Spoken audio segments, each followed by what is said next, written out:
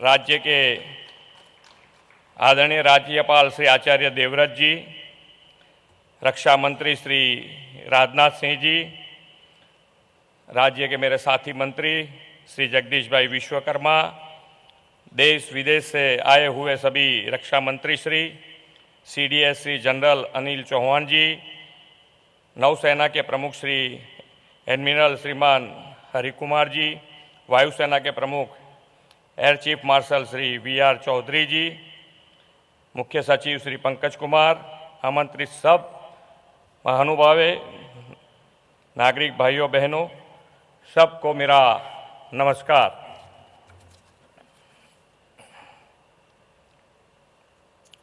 गुजरात की इस धरा पर गांधीनगर में आयोजित डिफेंस एक्सपो 2022 के 12वें संस्करण में आप सभी का स्वागत करते हुए मैं अत्यंत प्रसन्नता अनुभव कर रहा हूं। गुजरात को प्रतिष्ठित डिफेंस एक्सपो की मेजबानी का अवसर प्रदान करने के लिए मैं माननीय प्रधानमंत्री और माननीय रक्षा मंत्री का आभार व्यक्त करता हूं। गुजरात की रक्षा शक्ति के प्रदर्शनी का एक वैश्विक मंच गुजरात में निर्मित हुआ है। माननीय मोदी जी जब गुजरात के मुख्यमंत्री थे तभी से उन्होंने राज्य में डिफेंस इकोसिस्टम के निर्माण के सफल प्रयास किए हैं।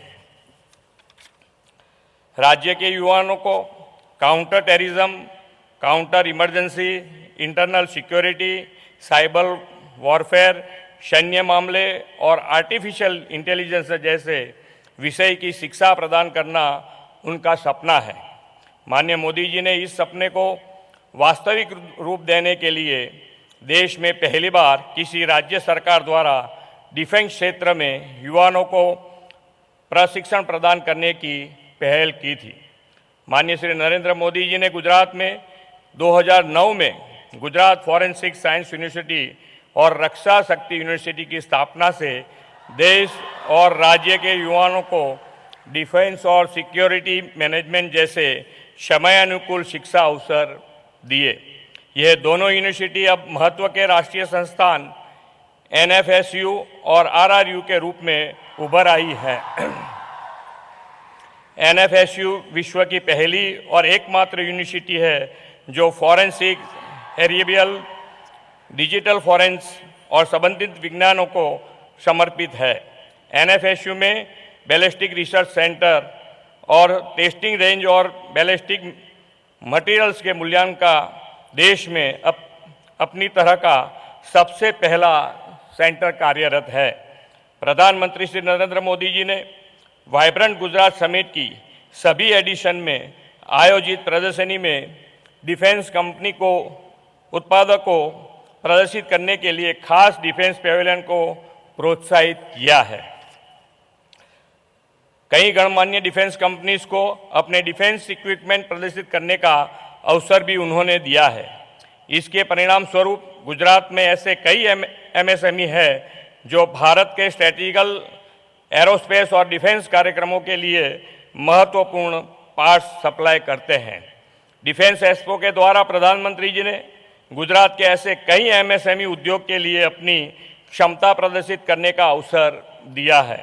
गुजरात देश का एक ऐसा संवेदनशील राज्य है जिसकी थल, नभ और जल सीमा पड़ोसी देश से जुड़ी हैं। हमारे राज्य की सरहदी क्षेत्र बनासकांठा के डीसा में 935 करोड़ की लागत से बनने वाले एयरफील्ड का शिलान्यास माननीय प्रधानमंत्री जी वर्चुअल माध्यम से करेंगे। पश्चिमी सीमा क्षेत्र में थल, जल एवं नभ ऑपरेशंस और अहमदाबाद, बड़ौदा जैसे आर्थिक गतिविधि केंद्र की हवाई सुरक्षा में यह एयरफील्ड महत्वपूर्ण बनेगा। गुजरात सरकार ने आदरणीय प्रधानमंत्री जी के दिशा दर्शन में राज्य में एयर स्पेस और डिफेंस मैन्युफैक्चरिंग इकोसिस्टम को प्रोत्साहन देने की पहल की है। वर्ष 2016 में एक विस्तृत एयरस्पेस और डिफेंस पॉलिसी जारी करने वाला भारत का पहला राज्य गुजरात है, जिसके अंतर्गत गुजरात ने कई रणनीतिक निवेश आकर्षित किए हैं।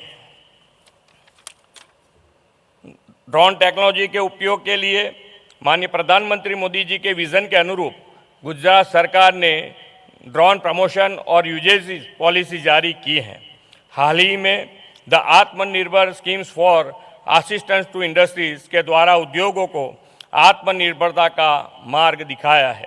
माननीय प्रधानमंत्री श्री नरेंद्र मोदी जी ने आत्मनिर्भर भारत के निर्माण का स्पष्ट आह्वान किया है।